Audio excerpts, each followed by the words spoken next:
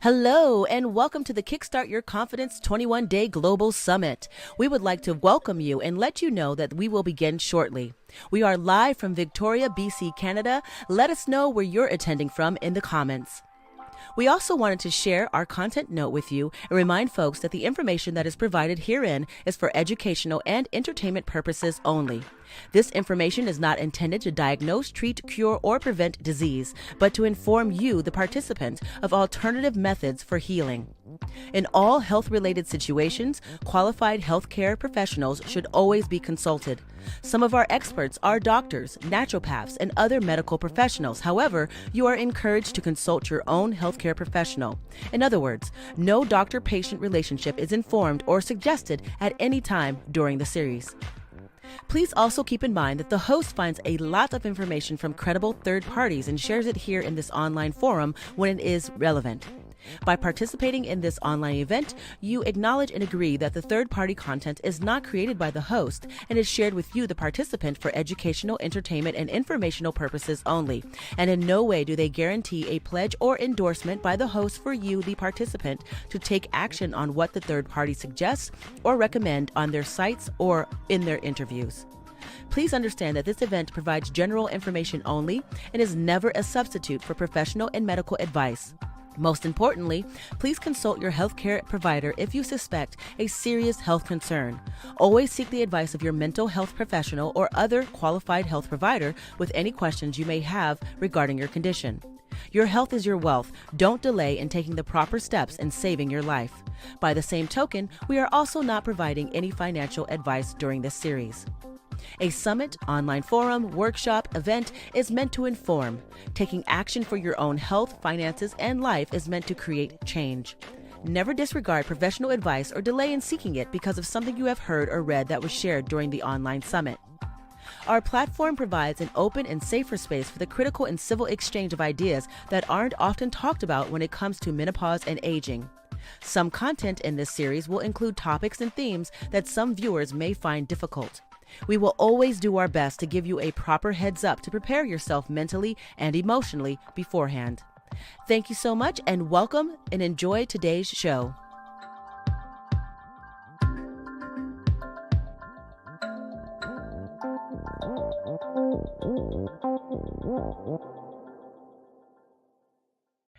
Welcome to Kickstart Your Confidence. Learn useful secrets to manage and prepare for a happy menopause without breaking a sweat, losing sleep, or opportunity. My name is Tira Green, and today we have Rashim Mogha here. And before I get her on the stage to say hello, I just want to just introduce her a little bit. So Rashim is a global leader. She is an award-winning influencer, a best-selling author. And what I really love about Rashim is that she is a woman in tech, and she's been identified as that as such, but she's also worked with such companies as Amazon Web Services, Oracle, and she won the Silicon Valley Women of Influence Award and was inducted into the Alameda County Hall of Fame. So whether she's being featured by Forbes or she's doing coaching and leadership in business, I mean, she has a lot of things to share with us, and I'm just so happy to have her. So welcome, Rashim. Thank you so much, Tara. I'm so excited to be here today talking to you. Yeah, so you seem like you've got it put together. And a lot of our women audiences, you know, they might be feeling a little confused about how to harness, as you call it, their superpower. So can you share with us some tips, some strategies around like how do you go about having a superpower? How do you go about using that superpower? You know, the beauty of the word superpower is, Tara, that we all have a superpower. And it's such an empowering word. The moment you say superpower, like I light up all the time because it's so empowering as a word. I was lucky early on in my career. Somebody actually told me what my superpower was, and I had to go back and decode what it meant. So my superpower is the make it happen superpower. And what that essentially means is you put me in an ambiguous situation. I can figure out what the problem is. I can create a solution strategy, and then I can operationalize that strategy for my team to execute on. And that's how I make it happen all the time. Now, it comes with its own stress. I'm not going to say that superpower is magical pixie dust that you throw out there. But the beauty is that everybody has a superpower. So how do you go about identifying your superpower? You ask others.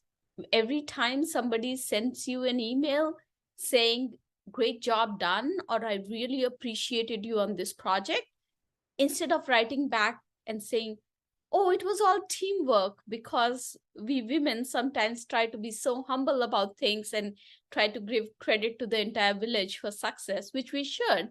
But instead of saying that, accept that acknowledgement with grace, say thank you, and then say, what did I bring to the table that was most effective? Or how did you think I made the difference in the project? And when people start responding to you, you will start recognizing a theme, a pattern in what everybody is saying about you. And that is your superpower. Sometimes we are not that forthcoming. We don't want to ask others. So for the introverts who feel a little hesitated to get started, look at your previous 5, 6, 7 projects that you have done. Write down, what are the key skills that were required for the project to be successful. And there'll be a theme that will start emerging. And that's your superpower. The beauty of this is that the first time you will write it, it will be a long paragraph. And slowly, as you start looking at the pattern, identifying the pattern, it will start shrinking. And then you'll be able to come up with a phrase that truly defines you. So some people have collaboration as their superpower. Some people think negotiating well is their superpower. Some people think communication is their superpower. I remember leading a workshop once, and there were both men and women in the workshop. And one of the women leaders said, I do not have any superpowers. And she said, it's strange because I often find myself hosting events, which is not even my primary job. But then that planning, that management was a superpower. She could bring in disparate groups, and those disparate groups could come together and execute like an orchestra for her events because she had that superpower. So it took us time to get there.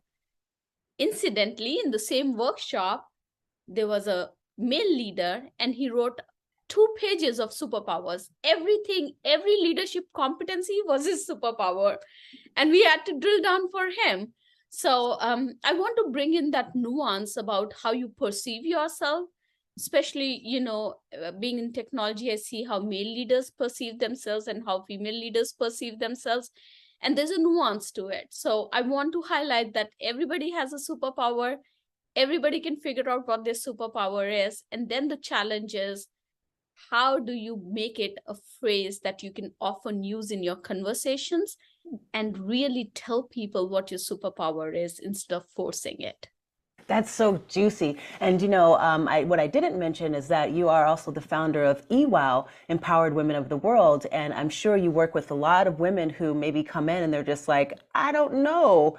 But then they come, after working with you, they're like, oh, I definitely know. What is even more interesting is that oftentimes the leaders whom I work with, and these are established leaders in the industry, and when we start talking to them, they're not really clear what success means to them. They're unhappy in their lives. They've got title, they have a good paying job, they have large teams, they have businesses that they run, but they really are not happy. And when we dive down, we figure out that what they have thought to be their success was never actually their definition of success. It was somebody else's definition of success that they were executing on. So one of the biggest pieces that we work with women leaders on is how to discover, visualize, and then actualize their success, which is so different from executing on somebody else's success. Yeah, and that's something that I think, especially as women, we're constantly being influenced by everything else except for the internal, right? And so when you work with different folks, I mean, I know you work with men and women, but when you work with women specifically, what are some of the challenges in them getting over the hurdles of listening to the outside and getting inward? Yeah. So the few things that come up is imposter syndrome comes up very often, right? Am I good enough? Am I just a token candidate, right? Um, do people think I actually bring value, or they just need to invite me into these meetings because everybody wants to have a DEI component, a flavor of DEI? Do I truly have a seat at the table? And then, even if I have a seat at the table, do I have a voice at the table? And do I feel confident using that voice? And those are the pieces that we work with. The other piece is building a solid infrastructure, support infrastructure, right? When we as women start thinking about what does our support infrastructure look like, oftentimes the conversation starts and ends at emotional support and logistical support, which is who is going to pick up the kids today, who's going to take care of the aging parents, who's going to take fur babies to the vet, who is going to fix the dinner if I'm volunteering or if I'm attending an event. Or it's about, whom can I call, who is in my tribe whom I can call to talk about the day, talk about today that didn't go so well. And that's where the support system ends. We never think about a financial support system, right? Have we built a strong network of financial savvy people around us to help us navigate our finances and understand our finances? I have brilliant startup ideas. Do I have a pool of thought leaders in my support infrastructure with whom I can bounce off ideas and who can guide me if I'm ready and help me move to the next step in that journey? Because so many of us have those ideas, right? What is my sponsorship pool, right? Who is going to take me to the next level? We all talk about mentors, and everybody thinks about, oh, I need a mentor. And I'm surprised that we never talk about, man, where is my pool of sponsors, right? So those are the things that I work very closely with my clients on, because if you have to be successful and if you truly want to get to where you want to get to, and whatever your definition of success is, you have to start thinking beyond just emotional and logistical support. And you have to build that support system that propels you to move forward. So yeah, so let's focus on something there. You said something about sponsors and where they don't talk about very much. So how do you go about creating like a sponsor team? Yeah, I actually talk about this in my best-selling book, Terra Fast Track Your Leadership Career. There's a whole chapter dedicated to it and a series of video on my YouTube channel too. But sponsors, first and foremost, we need to understand the difference between sponsors and mentors. Mentors are people who talk to you, and sponsors are people who talk about you when you're not there in the room. They are the one who are influential people who open up the doors of opportunities for you.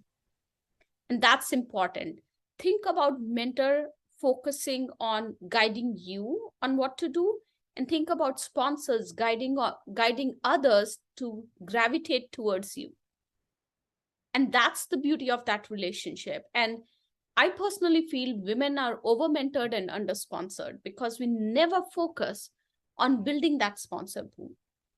So as you start looking in your industry, look for leaders who are at least 2 levels above you and across different industries. And then you start working with them, you establish a relationship with them. So there are 3 parts to it. One is building that pool. Second is building credibility with that pool. And the third one is then leveraging them, right? Because you have to articulate what you want for these people to be able to work for you, right? So if you're in an organization, look for 2 levels above you, look for stakeholders. So for example, if you're in a sales team, start looking at marketing, start looking at sales operations, sales enablement, product teams. Those are the teams where you want to build your sponsor pool. At any given point in time, you should have about 4 to 6 sponsors in your sponsor pool. And that's important because you need that majority. You need influential people in every meeting talking about you and opening those doors of opportunities for you. And then you get on a call with them. You just send a nice email saying, congratulations on the new product launch, or congratulations on this deal won. Would love to talk about what I am doing and how it can impact your business. And people want to know. First of all, everybody wants to be appreciated for the job well done. So doesn't matter whether it's the CEO of a company or a CPO of a company, and whether you are an individual contributor, they still appreciate that one email saying job well done. Because leadership, as you go higher and higher, it's a lonely place to be. And people think that leaders don't need to be appreciated for what they do, or, you know, how would somebody perceive? I'm just an individual contributor in a company writing to the CEO saying, you did excellent today in that earnings call. Like, how would the CEO take it? I'm telling you, the CEO would be the first person to say thank you, because probably nobody told him that he did great, even though everybody thought he did great. So that's how you establish that connection. And then when you have the first conversation with the person, you want to identify whether the values of your sponsors resonate with your values or not, because it's meaningless to have a relationship when the values don't align, right? And for me, that's very important. There's some people, who are like, they don't care if values align or not, and they can still leverage it. Good for them. For me, I want to make sure the values align. And then pick up a way to show your skill set to your sponsors, because sponsors, when they recommend you for the next job or a next opportunity, they're putting their credibility online too. And what you want to do is you want to prove yourselves to them. And the way you do that is you pick a low effort, high impact project with them. So short projects, not 6 months long, not 1 year long, just in time, that can make a big impact. So for example, the way I did it with one of my sponsors is, he was a sales leader. I led an account. I said, why don't I help you respond to this RFP that was in the process? Because I had a very good understanding of what vendor costs, how does it look like, and put those numbers together. Now, salespeople love that when you can help them with the RFP. It was low effort for me because I was bringing in my knowledge. I was putting in just a few hours into it, but it was high impact for him because it helped him win a multi-million-dollar deal. And then once you establish that credibility, you tell them where you want to go, what you want to be, what you're looking for, and then let them do the work for you. And then keep that connection going, keep that connection warm, but also keep them updated on how you're progressing in your career, what new products you're launching, what new initiatives you're working on. And that way you leverage your sponsors. One word of caution: a sponsor is not your agni aunt. So sponsor doesn't need to know what's going on in your personal life. And that's very, very important. But that's how you go about, creating your pool of sponsors and leveraging them in a nutshell. Obviously, I go into a lot more detail in my book and in my videos. I mean, that was a master class unto itself. I guess that's a wrap. No, no.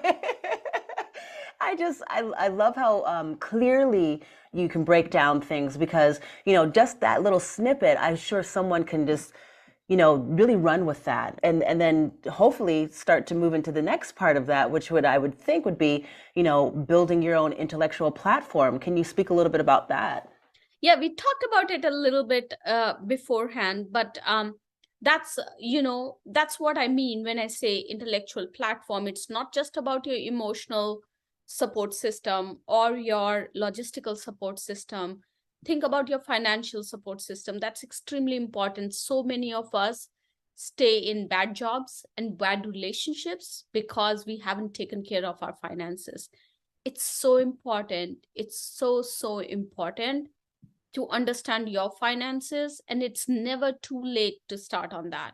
So go ahead and do that. Have a very good understanding of what your finances look like, because anytime you're going to take a risk, anytime you're going to say yes to an entrepreneurial idea, or if you want to take a break in your career to discover what you want to do next, you'll need that information, and you should always have that information handy Anytime you're going to make a decision to move to the next job role and you need that negotiating power, you need to understand your finances to be able to negotiate better.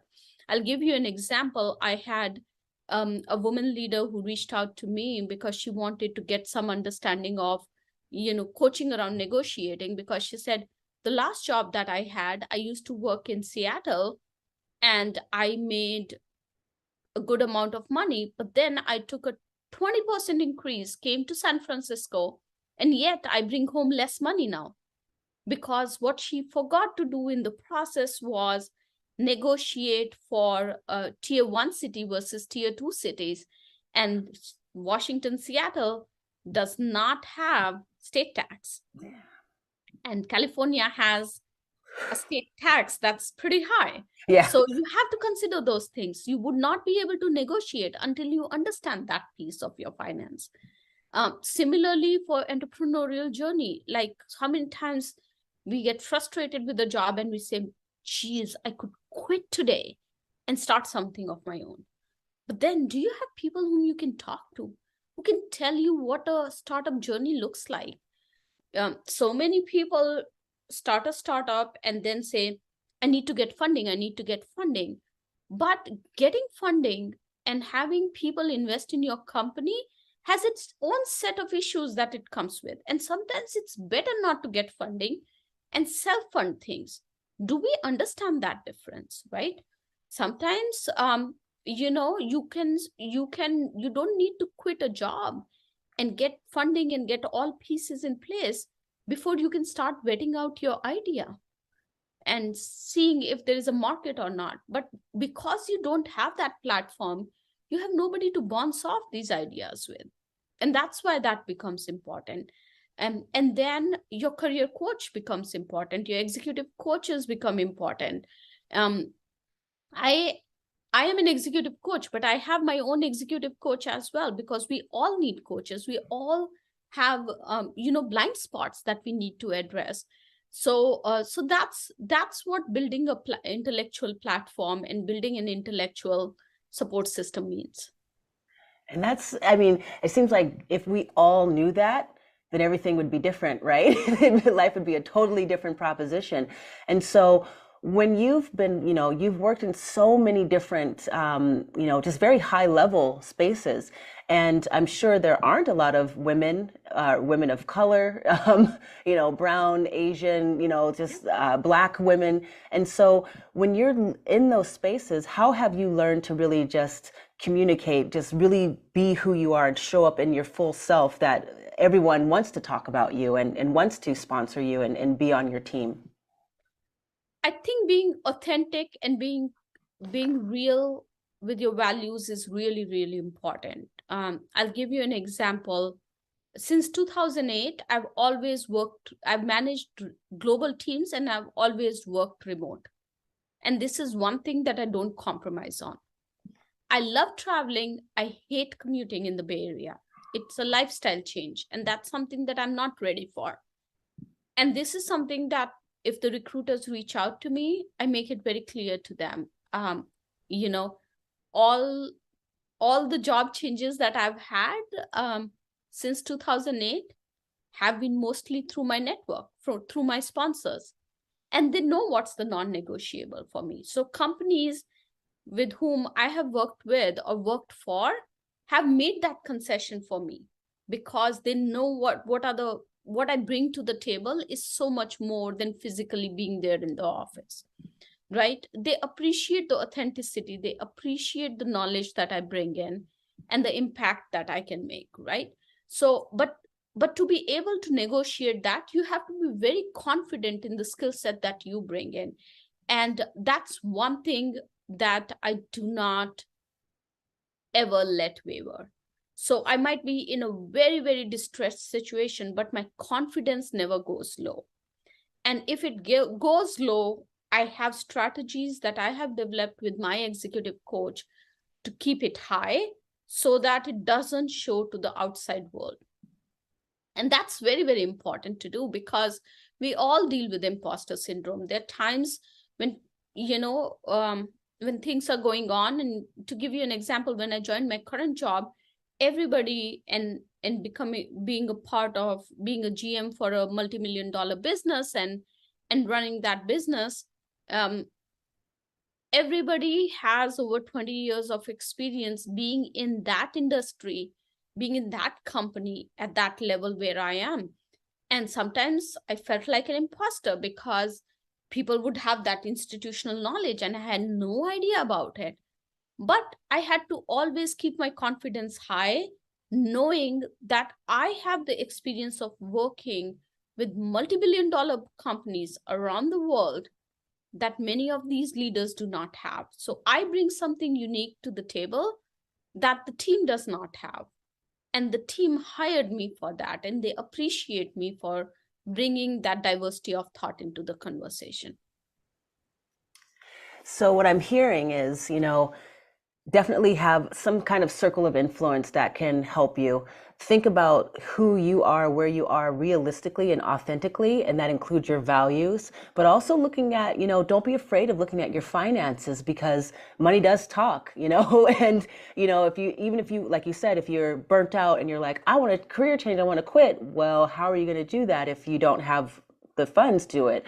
If you want to, maybe you have to self-finance, right? So there's these little components that we are like ashamed of looking at or we're fearful of, but if we just go head on, and that helps us with the confidence, right? And confidence just comes with competence, right? Just the knowingness. And the more that we know, well, then we're going to have more confidence, right? To be able to negotiate or communicate for our needs and that kind of thing. And your tone and how you conduct yourself in a negotiation process completely changes when in the back of your mind you're not like, oh my God, if I'm not successful in this, I don't know where my next mortgage check is going to come from. On the other hand, if you know where it's coming from, you're like, I am all in. I'm going headstrong into this negotiation because I'm not going to settle for anything less. And that shows in how you articulate your arguments, how you conduct that negotiation. And that's true for everything that you do in life. So I think that's really, really important. If you don't have one, please make sure that you create a journal. You start writing your vision, your affirmations. I do that every day. And I find it really, really helpful to set the tone for the day for me. Yeah, journaling is something I do every day, and I do like appreciation journal, right? I'm constantly giving just people say gratitude, right? But I just give appreciation, and I also look at things that I am certain of, like I am certain I am happy being satisfied in my day, and like just different little tools like that. I think they really do go a long way, but some people, they kind of dismiss them as, it's not going to work for me. But I mean, I'll just say that it has worked for me. I'm in the Silicon Valley. 5 years ago, this was all hocus pocus out in the air. And today, all leaders do it. Invariably do it because it's a lonely journey. The higher you get, the lonelier it becomes. And you have to find strength in yourself and figure out how you are going to become that source of energy for yourself. That's beautiful. So if you wanted the audience to just like really lean in and just hear one takeaway from everything that you're saying, the message that you really want them to just lean in and listen to, what would that be? I would say take risks. I would say know who you are and then take the risk. Say yes to every opportunity that comes your way and then figure out how you're going to do it. Right? But that cannot happen unless you know what your superpower is, you know what your values are, you have identified, what your framework looks like. And then everything kind of falls into place because then you're ready to take that risk, embark on that new journey and say, you know what, I'm ready for it. I might not know everything today, but I'll figure out along the way. It's kind of like I once heard, apply for the job, and then if they say, you need a specific thing, then go out get the suit or the, the specific shoes or the what, like you just go for it and figure it out as you go, Tara, everything that I have done in my life, I've had immense faith and confidence in myself that I would make it happen. be it moving across countries when I came here in 2005, or taking up a leadership position every time in a position opened, or writing my book, or starting the eWOW initiative. I mean, I still remember May of 2018, when I did a speech at Women Transforming Technology, and somebody said, that was a great topic. Do you have a book? And I said, no, not yet, but I'll have one soon. And 3 months later, we released the book, which happens to be, which then moved on to be an Amazon bestseller in 11 hours of its release. But I know that that day when I said, I'll have one soon, while I was driving back from Palo Alto to San Francisco, I was actually calling all my friends to say, hey, do you know a publisher? Have you worked with a publisher? Can you send recommendations? And that evening I was talking to a publisher, and things fell into place. So have that confidence to say yes and just move forward.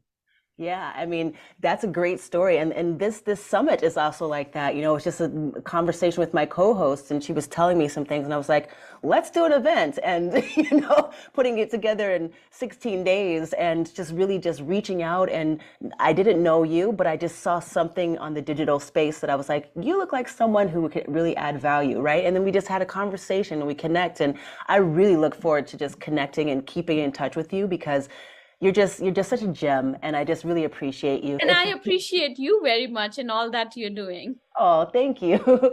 And so, for the appreciation to keep raining down on you, how can people like keep in touch with you and follow you and just really be in your ecosystem?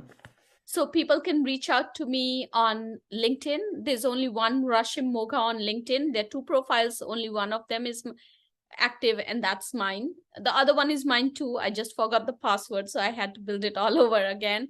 Or for my coaching services, or to engage with me as a speaker, you can go to my website, rashimmogha.com, and reach out to me through that.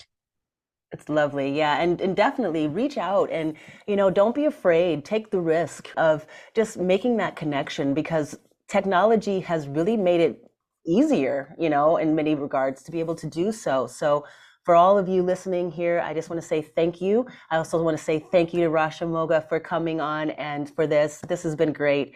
And just you're just lovely. So thank you. Thank you so much for having me today. Bye. Bye.